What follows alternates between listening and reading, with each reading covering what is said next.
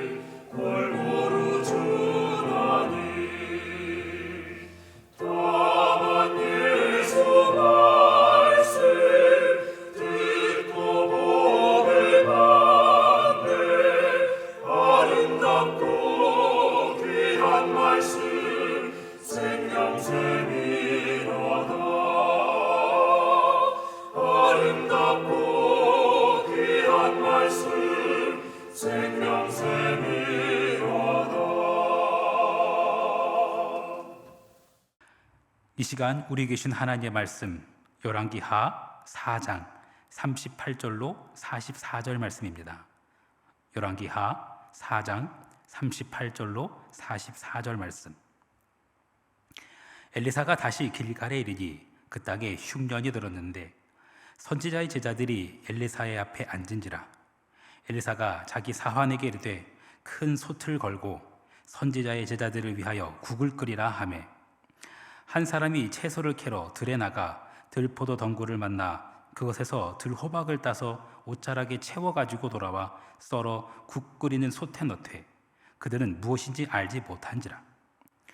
이에 포다가 무리에게 주어 먹게 하였더니 무리가 국을 먹다가 그들이 외쳐 이르되 하나님의 사람이여 솥에 죽음의 독이 있나이다 하고 능히 먹지 못하는지라. 엘리사가 이르되 그러면 가루를 가져오라 하여 솥에 던지고 이르되 포다가 무리에게 주어 먹게 하라 하매 이에 솥 가운데 독이 없어지니라. 한 사람이 바알살리사에부터 와서 처음 만든 떡 곧 보리떡 20개와 또 자루에 담은 채소를 하나님의 사람에게 드린지라. 그가 이르되 무리에게 주어 먹게 하라. 그 사환이 이르되 내가 어찌 이것을 100명에게 주겠나이까 하나 엘리사는 또 이르되 무리에게 주어 먹게 하라. 여호와의 말씀이 그들이 먹고 남으리라 하셨느니라. 그가 그들 앞에 주었더니 여호와께서 말씀하신 대로 먹고 남았더라. 아멘. 잠시 기도하겠습니다. 아름답고 귀한 말씀 생명샘이로다. 아름답고 귀한 말씀 생명샘이로다. 그렇습니다. 주님, 하나님의 말씀이 우리의 생명입니다. 하나님의 말씀은 참으로 아름답고 귀한 말씀입니다. 죄악으로 인해 더럽혀지고 깨어진 이 세상을 다시금 아름답게 하고 귀하게 회복하는 것은 오직 하나님의 생명 말씀입니다. 우리가 오늘 하루를 살아가면서도 다른 말에 귀 기울이지 않고 오직 하나님의 생명 말씀 붙잡고 살아가게 하여 주옵소서. 기쁨의 근원 되시는 예수 그리스도의 이름으로 기도합니다. 아멘. 초근 목피, 보릿고개를 넘을 때 먹었던 풀뿌리, 나무 껍질 이런 것들을 말하죠. 맛이나 영양가가 없는 그냥 거친 음식을 비유적으로 이르는 말이기도 합니다. 배고픔의 서러움. 그런데 우리 민족이 이런 괴로움마저도 지혜로 승화시켰어요. 그런 풀뿌리, 나무 껍질을 이용해서 한약재를 만들어냈죠. 보약을 만들어냈습니다. 그런데 아무리 그래도 먹을 것이 없어서, 정말 먹을 것이 없어서 풀뿌리와 나무 껍질을 먹을 수밖에 없었던 그들의 서러움은 그건 말로 다 표현할 수가 없겠죠. 오늘 본문에 등장하는 엘리사와 그의 제자들에게도 이런 시기가 있었습니다. 가뜩이나 그리 넉넉하지 않은 선지자와 생도들의 삶인데 그 땅에 흉년이 들은 겁니다. 먹을 게 정말 없었어요. 그래서 초근 목피라도 구해오려고 밖으로 나간 겁니다. 오늘 성경 본문 39절에 보면 채소를 캐러 들에 나갔다가 들포도 덩굴을 만나서 들호박을 따서 옷자락에 이렇게 채워가지고 돌아왔다라고 되어 있는데 들포도 덩굴도 그렇고 들호박도 익숙하지 않은 단어이죠. 쉽게 말하자면 이런 겁니다. 가다가 버섯밭을 만났는데 버섯밭에서 독버섯을 캐온 거예요. 이렇게 생각하시면 되겠습니다. 굶주린 것도 서러운데 겨우 먹고 살려고 했다가 잘못 먹어서 죽게 되었다면 이 얼마나 억울하겠습니까? 그런데 그렇게 독이 든 음식에 엘리사가 무슨 가루를 뿌렸어요. 그 가루가 뭔지는 중요하지 않습니다. 가루를 뿌렸는데 그 독이 없어졌다라는 거예요. 무슨 말도 안 되는 이야기입니다. 설명이 안 돼요. 상식적으로 벌어질 수가 없는 일입니다. 기적이라고밖에 말할 수가 없죠. 오늘 우리가 읽은 본문에는 또 하나의 기적이 등장합니다. 한 사람이 보리떡 20개와 그리고 채소 한 자루를 엘리사에게 가져다 주었는데 엘리사가 그걸 100명이나 되는 제자들에게 나누어 주게 한 겁니다. 그런데 굶주린 100명의 제자들이 떡 20개를 먹고도 나눠 먹고도 남았다라는 이야기예요. 이 이야기도 역시 말도 안 되는 이야기입니다. 설명이 안 됩니다. 상식적으로 벌어질 수 없는 일입니다. 기적이라고밖에는 말할 수 없는 이야기죠. 그런데 성경을 열심히 읽는 분들이라면 이 이야기가 신약 성경에 등장하는 어떤 이야기와 비슷하다는 것을 금방 눈치챌 수 있을 겁니다. 네, 바로 오병이어 사건입니다. 오병이어로 5,000명을 먹이신 예수님의 이야기죠. 우리는 구약을 읽으면서 예수님을 떠올려야만 합니다. 굉장히 중요한 것입니다. 중요한 정도가 아니라 필수입니다. 우리는 예수님을 발견하기 위해서 구약을 읽어야 합니다. 예수님도 구약 성경이 예수님 자신을 소개한 책이라고 말씀하셨습니다. 누가복음 24장 27절 말씀. 이에 모세와 모든 선지자의 글로 시작하여 모든 성경에 쓴 바 자기에 관한 것을 자세히 설명하시니라. 요한복음 5장 39절. 너희가 성경에서 영생을 얻는 줄 생각하고 성경을 연구하거니와 이 성경이 곧 내게 대하여 증언하는 것이니라. 예수님에 대하여 증언하는 책, 그게 성경이에요. 성경은 엘리사의 스승인 엘리야가 행한 기적, 그 기적을 7가지를 기록하고 있습니다. 그리고 엘리야보다 갑절의 영감을 구했던 그의 제자 엘리사에 대해서는 14가지 기적을 기록하고 있어요. 정말 갑절의 기록이죠. 뭐 엘리야 이건 엘리사 이건 7번이건 14번이건 우리는 그들이 행한 기적을 읽으면서 와 엘리야는 정말 대단하구나, 엘리사 정말 갑절의 영감 대단하구나, 그게 아니라 예수님이 오시면 이런 것을 하시겠구나, 이런 마음으로 읽어야 합니다. 과연 예수님께서는 그런 기적을 행하셨습니다. 오병이어로 5천 명을 먹이셨죠. 그런데 예수님께서 왜 그런 기적을 행하셨을까요? 엘리야와 엘리사가 예고했던 바로 그 메시아가 예수님이라는 것을 증명하기 위해서 그런 기적을 행하셨을까요? 네, 맞습니다. 물론 1차적으로는 그런 의미도 있습니다. 하지만 사람들은 그런 기적 이면에 숨겨진 진짜 의미를 발견해야만 했습니다. 하지만 그들은 그 진짜 의미를 보지 못했죠. 그래서 예수님은 오병이어 사건 이후에 이렇게 말씀하십니다. 요한복음 6장 26절 말씀. 예수께서 대답하여 이르시되 내가 진실로 진실로 너희에게 이르노니 너희가 나를 찾는 것은 표적을 본 까닭이 아니요 떡을 먹고 배부른 까닭이로다. 예수님은 오병이어 사건을 통해서 뭔가를 보여주길 원하셨습니다. 그냥 물고기랑 떡 먹고서 배부르게 하기 위한 것이 그게 오병이어 사건의 목적이 아니라는 거예요. 예수님은 오병이어 사건 이후에 이런 말씀들을 하셨어요. 내가 생명의 떡이다. 내가 떡이다. 내 살을 먹고 내 피를 마시면 내가 그 안에, 그가 내 안에 거하게 된다. 나를 먹는 자는 나로 말미암아 살리라. 이런 말씀을 하셨어요. 이 말씀이 무슨 뜻일까요? 뭐 식인종처럼 내가 예수님을 물어 뜯어먹으라는 걸까요? 그건 아니죠. 예수님께서 내 속에 들어와 사시는 것, 예수님이 온전히 내 안에 계시고 내가 예수님 안에, 예수님이 내 안에, 그렇게 되는 말씀인 거예요. 하지만 예수님을 따르던 자들 중에 많은 이들은 이 말씀을 듣고 어려워했다라고 기록합니다. 아니 그냥 떡만 주면 됐지, 그냥 물고기만 배 터지게 먹으면 뭐 됐지, 배만 부르면 됐지, 뭐 그렇게 뭐 완전한 하나된 합일, 그런 거는 싫은 거예요. 불편한 거예요. 오병이어 사건의 의미에 대한 설명을 듣고 이 말씀은 어렵도다, 사람들이 그렇게 반응합니다. 그러면서 마음에 걸림이 있는 거예요. 불편한 거예요. 그런 자들 향해서 예수님이 결정타를 날리십니다.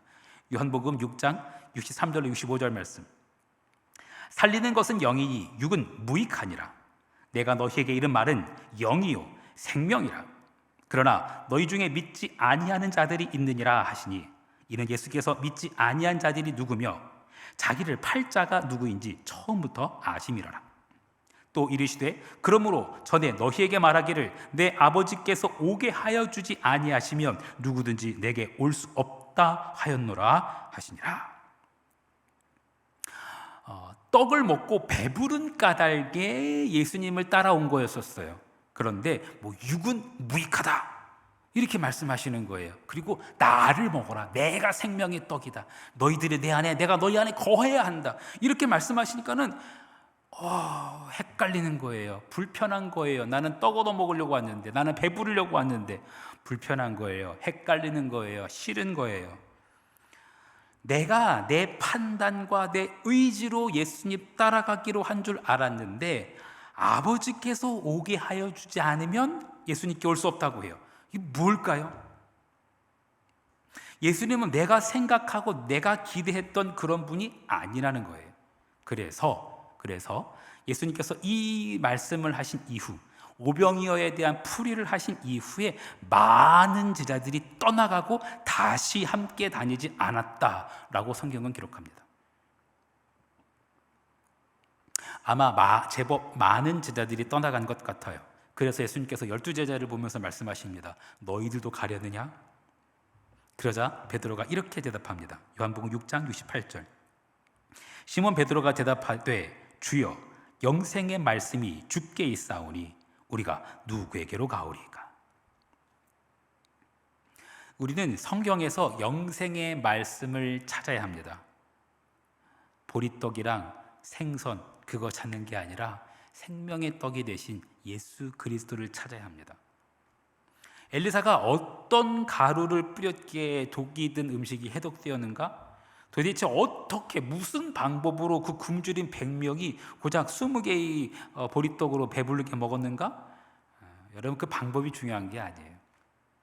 그 비법을 찾으려 한다면 성경을 전혀 잘못 읽고 있는 겁니다.